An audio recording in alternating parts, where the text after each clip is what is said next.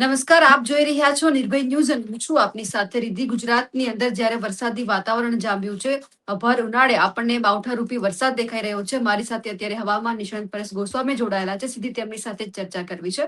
પરેશભાઈ, ગુજરાતની અંદર ફરી એક વખત માવઠું આપણને દેખાઈ રહ્યું છે. આ વખતે કયા એવા વિસ્તાર છે કે જ્યાં આ માવઠું છે કહેર વરસાવવાનું છે?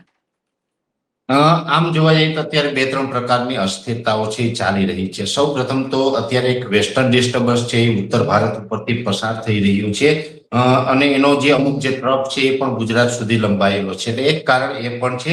બીજા નંબરની અંદર છેલ્લા લગભગ એકાદ અઠવાડિયાથી પવનની ઝડપમાં વધારો થયો છે અને આ પવન છે એ અરબ સાગર ઉપરથી ભેજવાળા પવનો આવી રહ્યા છે.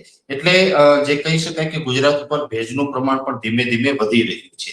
અને એ સાથે જે ઊંચું તાપમાન છે, જ્યારે પણ તાપમાન છે એ ખૂબ ઊંચું જાય એટલે હવાઓ પાતળી થાય છે, હવાઓ ઉપર ઉઠે છે અને એક લોકલ સિસ્ટમ બંધાતી હોય છે. સિસ્ટમ આમ જોવા જઈએ તો બે પ્રકારે બનતી હોય છે. એક તો સમુદ્રી સપાટી ઉપર ભેજ અને ઊંચું તાપમાન હોય તો ત્યાં પણ કોઈ સિસ્ટમ બનતી હોય છે અને એક જ્યારે પણ જમીન ઉપર જ્યારે ઊંચું તાપમાન હોય તો જમીન ઉપર પણ સિસ્ટમ બનતી હોય. જ્યારે જમીન ઉપર સિસ્ટમ બને છે તો એ સિસ્ટમો બહુ મજબૂત નથી બનતી. એ લોકલ સિસ્ટમ જેને કહીએ છીએ કે લોકલ આપણા ઉપર એ સિસ્ટમ બની છે અને એ સિસ્ટમ છે ભેજને કારણે અમુક વિસ્તારની અંદર છૂટાછવાયા ઝાપટાના રૂપમાં અસર કરતી હોય છે. એવી જ રીતે અત્યારે ઊંચા તાપમાનને કારણે લોકલ સિસ્ટમ છે છૂટાછવાયા વિસ્તારમાં બની રહી છે. અરબ સાગર તરફથી ભેજવાળા પવન આવી રહ્યા છે અને સાથે સાથે વેસ્ટર્ન ડિસ્ટર્બન્સની અસર છે. એટલે આ બે ત્રણ કારણ એવા છે જેને કારણે અત્યારે રાજ્યના અલગ અલગ વિસ્તારમાં છૂટાછવાયા ઝાપટા પડી રહ્યા છે. જોકે છૂટાછવાયા ઝાપટા છે ને હવે આ ઝાપટાઓ છે લગભગ આવતીકાલથી તો આપણે આમાંથી મુક્તિ મળી જશે. આવતીકાલે 7 મે 2026 એટલે કે 7 તારીખે સાંજ સુધીમાં આ ઝાપટાઓ છે એનું પ્રમાણ ઘટશે. એનું પણ કારણ છે કે એક તો તાપમાન ભલે ઊંચું રહેશે પણ જે વેસ્ટર્ન ડિસ્ટર્બન્સ છે હવે ધીમે ધીમે આગળ નીકળી જવાનું છે. એ સાથે જે ભેજવાળા પવન આવી રહ્યા છે અને પવનની ઝડપ આમ તો છેલ્લા ઘણા દિવસથી થોડી વધેલી હતી. એટલે કે એકાદ અઠવાડિયાથી પવનની ઝડપ 25 થી 30 કિલોમીટર પ્રતિ કલાકની હતી. હવે એ પવનમાં 8 તારીખથી ઘટાડો થવાનો છે. 8 તારીખથી પવનની સ્પીડમાં ઘટાડો થશે એટલે 15 થી 17 કિલોમીટરની ઝડપ થશે. એટલે જ્યાં 25-30 કિલોમીટરની ઝડપ હતી એ જગ્યાએ આપણે 15-17ની ઝડપ થાય એટલે પવનની ઝડપમાં એક મોટો ઘટાડો થશે. એટલે એને કારણે ભેજનું પ્રમાણ છે એ પણ ક્યાંય ઘટશે. એટલે આપણે ઝાપટાઓમાંથી મુક્તિ મળશે પણ સાથે સાથે આપણું તાપમાન છે ફરીથી પાછું ઉંચકાવાનું છે. જોકે એપ્રિલ મહિનામાં પણ આપણે આમ તો એકાદ રાઉન્ડ છે એ ઊંચા તાપમાનનો આવ્યો હતો અને એપ્રિલ કરતા તો મે મહિનો છે એ વધારે ગરમ રહેવાનો છે. અત્યારે પણ આમ તો એપ્રિલના બાદ આજે મે મહિનામાં આપણે જે તાપમાન છે એ પણ મે મહિનાનું આ પ્રથમ અઠવાડિયું ચાલી રહ્યું છે. આમાં પણ અત્યારે તાપમાન લગભગ એવરેજ નોર્મલ તાપમાન છે 39 થી 40 ડિગ્રી છે અને જ્યાં ઊંચું તાપમાન છે ત્યાં 41-42 ડિગ્રી તાપમાન નોંધાઈ રહ્યું છે. જોકે આમાં હવે ધીમે ધીમે વધારો થવાનો છે. 8 તારીખથી તાપમાન વધશે એટલે લગભગ તમામ સેન્ટરની અંદર 40 અથવા તો 40 પ્લસ થવાનું છે. એટલે 8 તારીખ પછીથી કોઈ જગ્યાએ લગભગ કોઈ જિલ્લાની અંદર 40 કરતા નીચું તાપમાન નહીં જોવા મળે. એટલે તાપમાનમાં વધારો થશે. 8 તારીખથી જે તાપમાનમાં વધારો થશે એ લગભગ 12 તારીખ આવતા તાપમાન છે એ 42 થી 44 ડિગ્રીની રેન્જમાં અને આઇસોલેટેડ વિસ્તારોની અંદર 45 પણ થઈ શકે છે. જોકે 12 તારીખથી લઈને 17 તારીખ સુધીનું જે સેશન હશે એ સેશનમાં તો તાપમાન છે અમુક રેકોર્ડ પણ તોડશે. લગભગ 15-17 વર્ષનો રેકોર્ડ તો આ 12 થી 17 મે દરમિયાન તૂટે તેવી શક્યતાઓ છે ને એ જે તાપમાન હશે એ લગભગ 43 થી 45 ડિગ્રી અને અમુક વિસ્તારમાં 45 પ્લસ થાય તેવી આશંકા છે. એટલે આવનારા સમયની અંદર તાપમાન ખૂબ ઊંચું જવાનું છે. સાથે જે પ્રકારે અત્યારે પવનની જે ઝડપ અને પવનની જે દિશા ચાલી રહી છે એ પ્રમાણે ફરીથી એક હીટ ડોમ બનવાની શક્યતાઓ છે. જેવી રીતે 24 થી 27 એપ્રિલ દરમિયાન એક હીટ ડોમ બન્યું હતું.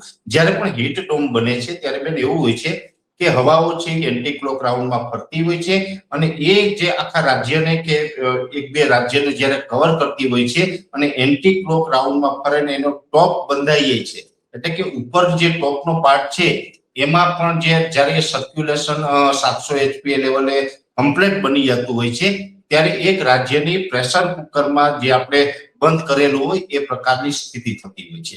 એટલે ઊંચું તાપમાન એની સાથોસાથ ગરમી અને જે આપણે ઉમસનું પ્રમાણ છે એ વધી જતું હોય છે. એટલે એ પ્રકારની સ્થિતિ છે એ આપણે આ મે મહિના દરમિયાન 12 થી 17 મે માં પણ જોવા મળશે. જે 24 થી 27 એપ્રિલ દરમિયાન જે હીટ ડોમ બન્યું હતું એના કરતા થોડુંક વધારે મજબૂત હીટ ડોમ બને તેવી શક્યતાઓ છે અને આ થોડુંક લાંબુ ચાલશે. એટલે સંપૂર્ણ જે મે મહિનો છે આપણે ઊંચું તાપમાન અને ગરમી સાથે પસાર કરવાનું છે. સાથે હવે એ પણ જોવાનું છે કે એપ્રિલ કરતા મે મહિનામાં ગરમી તો વધશે, એટલે કે તાપમાન તો વધશે, પણ જે બફારો હોય છે, ઉકળાટ હોય છે, એમાં પણ વધારો થશે. કેમ કે હવે ધીમે ધીમે અરબ સાગર અને બંગાળની ખાડી છે એ પણ નૈઋત્યના ચોમાસા માટે અત્યારે તૈયાર થઈ રહ્યા છે. ત્યાં ચોમાસાની ગતિવિધિની શરૂઆત પણ થઈ ગઈ છે. એટલે હવે ભેજ છે એ પણ ક્યાંય ને ક્યાંય આપણે ઉપર આવતો રહેશે. એટલે એને કારણે આપણે બફારો અને ઉકળાટ છે એ પણ વધતો જશે. એટલે હવે આપણે આકરો ઉનાળો જેને કહેતા હોય છે એનો સામનો કરવાનો છે, સંપૂર્ણ મે મહિના દરમિયાન કરવાનું છે. આ એક ચોક્કસથી છે કે અમુક વિસ્તારમાં સમય અંતરે 22 મે થી 27 મે વચ્ચે તાપમાનમાં નોર્મલ ઘટાડો થશે અને એ એવા વિસ્તાર છે કે જ્યાં પ્રી મોન્સૂન એક્ટિવિટી થશે. મુખ્યત્વે જોવા જઈએ તો સૌરાષ્ટ્ર અને દક્ષિણ ગુજરાતના ભાગોની અંદર એ પ્રી મોન્સૂન એક્ટિવિટીની શક્યતા વધારે છે. એટલે 22 તારીખથી પ્રી મોન્સૂન એક્ટિવિટીનો રાઉન્ડ પણ આવી રહ્યો છે. 22 મે થી લઈ અને 27 મે વચ્ચે જે વિસ્તારમાં વાદળ થશે, પ્રી મોન્સૂન એક્ટિવિટી થશે, ત્યાં થોડુંક તાપમાન નીચું રહેશે. બાકી તો બધા વિસ્તારમાં તાપમાન ઊંચું જ રહેવાનું છે. અને જ્યાં પ્રી મોન્સૂન એક્ટિવિટી થશે બેન, ત્યાં ઉકળાટનું પ્રમાણ પણ થોડુંક વધતું જશે. એટલે આ પ્રકારે સંપૂર્ણ મે મહિનો પૂરો થશે અને જૂન મહિનામાં પણ સામાન્ય રીતે જોવા જઈએ તો જૂન મહિનામાં તાપમાન ઘટશે. એટલે કે જે મે મહિનામાં હશે એનાથી 2 થી 3 ડિગ્રી, અમુક વિસ્તારમાં 4 ડિગ્રી સુધી ટેમ્પરેચર ડાઉન થશે, પણ જે ઉકળાટ હોય છે એ વધતો જશે. એટલે આ જ રીતે આપણે હજુ લગભગ મારું માનવું છે કે મે અને જૂન આ બંને મહિના છે આપણે ઊંચા તાપમાન અને ગરમીમાં પસાર કરવા પડે. જૂનમાં ઠીક છે, ચોમાસાની શરૂઆત થાય, કદાચ ચોમાસું બેસી જાય, છતાં પણ ઉકળાટ છે એમાંથી તો રાહત નથી મળવાની. અને આમ પણ અત્યારે જોવા જઈએ તો ચોમાસાની જે અત્યારે પેટર્ન ચાલી રહી છે, આ વર્ષે થોડુંક બરફ વરસાદનું પ્રમાણ પણ ઓછું રહ્યું છે. જે ઉત્તર ગોળાર્ધમાં જે બરફ વરસાદ રેગ્યુલર થતી હોય એના કરતા 32% બરફ વરસાદ ઓછી પડી છે. આ ખૂબ મહત્વનું કારણ છે. એને કારણે તો આપણે જોઈએ છે કે અલ્નીનો પણ સક્રિય થવા જઈ રહ્યો છે. એમાં પણ આ વર્ષે તો ખૂબ સ્ટ્રોંગ અલ્નીનો બનવાનું છે. અને અલ્નીનોની જે શરૂઆત છે અત્યારે પ્રશાંત મહાસાગરની અંદર થઈ ચૂકી છે. જોકે અત્યારે ત્યાંથી પણ પશ્ચિમ તરફ પવન ફૂંકાઈ રહ્યા છે, જેને કારણે ચોમાસાને વેગ પણ મળશે અને લગભગ ચોમાસું છે એ સમય કરતા 2-4 દિવસ વહેલું ભારતની અંદર, કમસે કમ ભારતની અંદર એટલે કેરળ સુધી તો વહેલું આવવાનું છે. જેની અંદર જોવા જઈએ તો જેની અંદર જોવા જઈએ તો સૌપ્રથમ ચોમાસું કેરળ પહેલા પણ 15 દિવસ પહેલા અંદમાન નિકોબાર ટાપુ પર પહોંચતું હોય છે. ત્યાં પણ લગભગ 2-4 દિવસ વહેલું આવશે. સામાન્ય રીતે ત્યાં 15 મે આસપાસ પહોંચતું હોય છે. એનાથી વહેલું કદાચ ત્યાં ચોમાસું નોંધાઈ શકે છે. એ પછી મડાગાસ્કર ટાપુથી જ્યારે નૈઋત્ય દિશાના પવનો કેરળ સુધી આવે છે તો કેરળમાં પણ લગભગ 1 જૂને ચોમાસું પહોંચતું હોય, પણ ત્યાં લગભગ 3-4 દિવસ વહેલું પહોંચી શકે. ત્યાં વહેલું પહોંચ્યા પછી જેમ ધીમે ધીમે આગળ વધશે એટલે મહારાષ્ટ્ર સુધી ચોમાસું છે સમય કરતા થોડુંક વહેલું પહોંચી શકે. જોકે મહારાષ્ટ્ર સુધી ચોમાસું આવે પછી ત્યાં એક વખત ચોમાસું બ્રેક થઈ જશે, જેને આપણે મોન્સૂન બ્રેક કન્ડિશન કહેતા હોય છે. એ મોન્સૂન બ્રેક કન્ડિશન આ વર્ષે પણ જોવા મળશે. જે ગયા વર્ષે વલસાડ પાસે ચોમાસું રોકાયું હતું, આ વર્ષે લગભગ મુંબઈ આસપાસ ચોમાસું રોકાઈ શકે છે અને એ પછી ત્યાં રોકાઈને ફરીથી આગળ વધશે.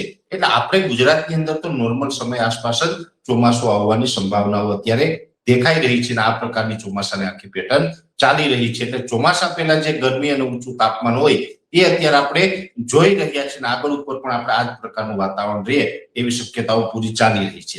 પણ અત્યારે જે મેઇન મુદ્દો છે વરસાદ, જે મેં આપને જણાવ્યું કે વરસાદ જે છૂટાછવાયા વિસ્તારમાં પડી રહ્યો છે એ આ 2-3 કારણના હિસાબે વરસાદ પડી રહ્યો છે અને હજુ લગભગ આવતીકાલ સાંજ સુધી આપણે જોવા મળે, છૂટાછવાયા ઝાપટા જોવા મળે તેવી શક્યતાઓ છે. અને એ પછીથી આપણે વરસાદમાંથી તો મુક્તિ મળી જશે 8 તારીખથી અને 22 થી 27 મે માં ફરી પાછું પ્રી મોન્સૂન એક્ટિવિટીનો રાઉન્ડ આવે તેવી શક્યતા હાલ અમે માની. પણ સાથે સમજવું છે કે હજુ આ 2 દિવસ કયા વિસ્તાર માટે સૌથી ભારે છે? સૌરાષ્ટ્ર કચ્છમાં કેવી અસર થવાની છે આ માવઠાની? આમ જોવા જઈએ તો સૌરાષ્ટ્રમાં છૂટાછવાયા વિસ્તાર હશે, કોઈ વધારે વિસ્તારોમાં નહીં હોય ને. એમાં પણ જે વિસ્તારમાં હશે 2-5 કિલોમીટરમાં એ ઝાપટા હોય, વળી પાછું 5-10 કિલોમીટરમાં વાતાવરણ ખુલ્લું હોય એ પ્રકારે સૌરાષ્ટ્રમાં પણ છૂટુંછવાયું હશે. અને દક્ષિણ ગુજરાત અને જે મધ્ય ગુજરાતના મધ્યપ્રદેશ બોર્ડરે આવેલા વિસ્તારો છે, એટલે કે મધ્યપ્રદેશ બોર્ડરે જે ગ્રામ્ય વિસ્તાર છે આપણા ગુજરાતના, એમાં પણ હળવા સામાન્ય ઝાપટાઓની શક્યતા છે.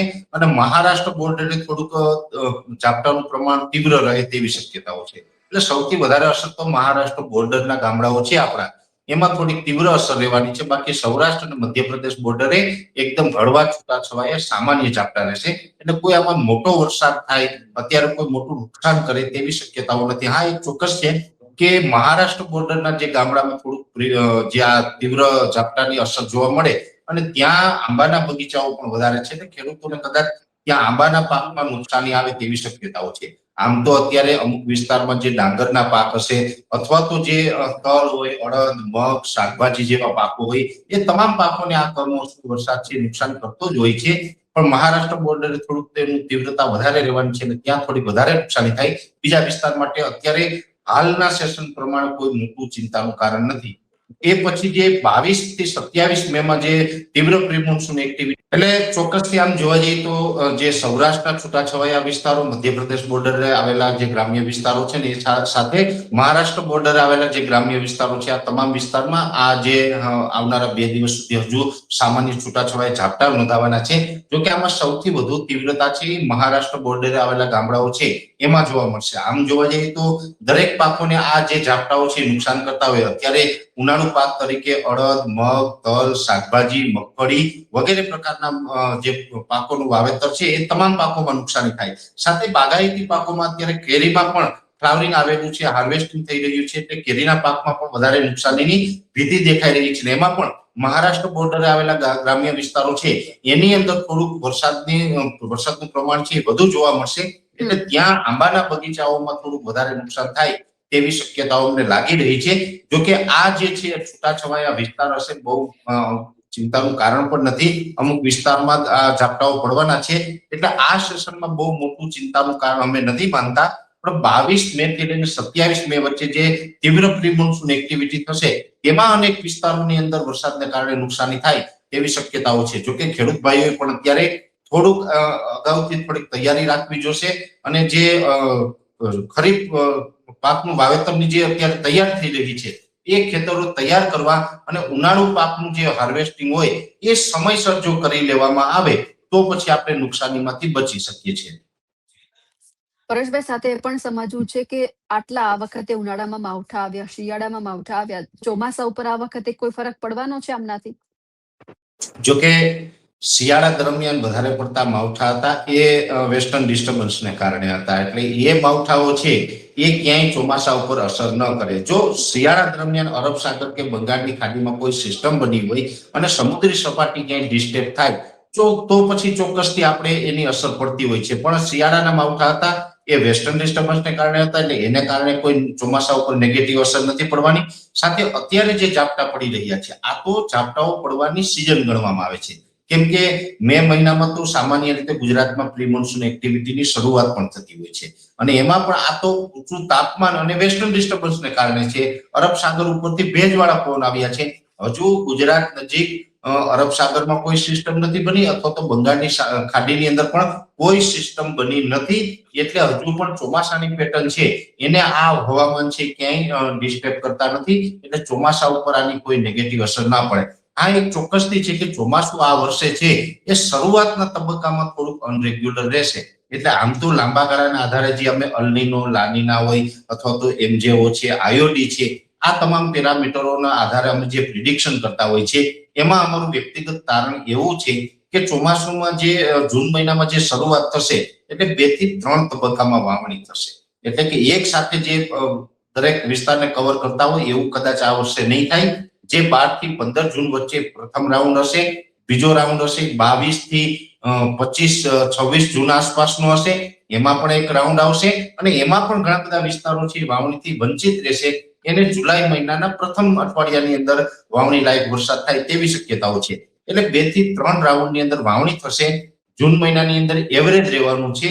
જુલાઈમાં પણ કદાચ નોર્મલ કરતા થોડું વરસાદનું પ્રમાણ ઓછું રહે, પણ ઓગસ્ટ મહિનો છે અને ઓગસ્ટ મહિનામાં પણ ખાસ 15 ઓગસ્ટ પછીનું સેશન હશે એમાં સારા વરસાદોની શક્યતાઓ છે.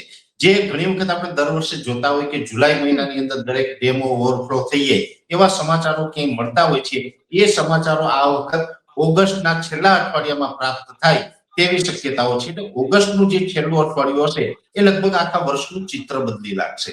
જૂન અને જુલાઈમાં ઘણી વખત ઘણા બધા ખેડૂતોને ચિંતા થશે કે ઠીક છે વરસાદ તો છે પણ આપણે ચોમાસું પાક લઈ લેશું, શિયાળા માટે પાણીની કદાચ વ્યવસ્થા નહીં થાય, પાણી ઘટશે, આવી ચિંતા જૂન અને જુલાઈમાં ચોક્કસથી થશે ખેડૂતને. પણ હું આપના માધ્યમથી કહું છું કે ખેડૂતોએ એમાં ચિંતા કરવાની જરૂર નથી. ઓગસ્ટનું છેલ્લું અઠવાડિયું છે એ ચિત્ર બદલશે અને એ પછી પણ સપ્ટેમ્બર મહિનો છે એમાં પણ એકંદરે સારા વરસાદો નોંધાશે.